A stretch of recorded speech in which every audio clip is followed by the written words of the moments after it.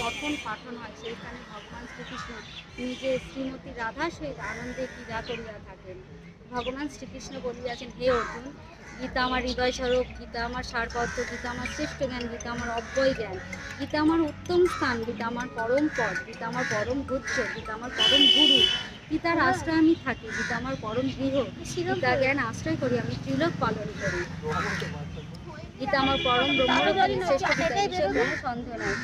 ইহা অর্ধমাত্র অনির্বাচ্য পদার্থ গীতা। হে অর্জুন, সূর্য গীতা নাম সমূহ শ্রবণ করো। এই নামগুলি কীর্তনে তৎক্ষণাৎ সর্বপ্রাপ্য হয়ে যায়। গীতা, গঙ্গা সপ্তি, সীতা, সত্য, পতিব্রতা, ব্রহ্মাবলী, ব্রহ্মবিদ্যা, ত্রিসন্ধ্যা, মুক্তিজ্ঞানী, অর্ধমাত্রা, চিদানন্দ, ভবগিনী, ভ্রান্তি নাশিনী, বেদত্রয়ী, পরানন্দা, তত্ত্বত্ব জ্ঞান মন্দির।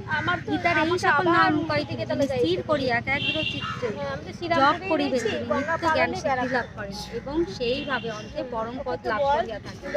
সম্পূর্ণ গীতা পাঠ করিতে না পারিলে যদি ইহার অর্ধাংশ মাত্র পাঠ করা হয়, তাহা হইলে গোদাঞ্জনিত পুণ্য লাভ হয়।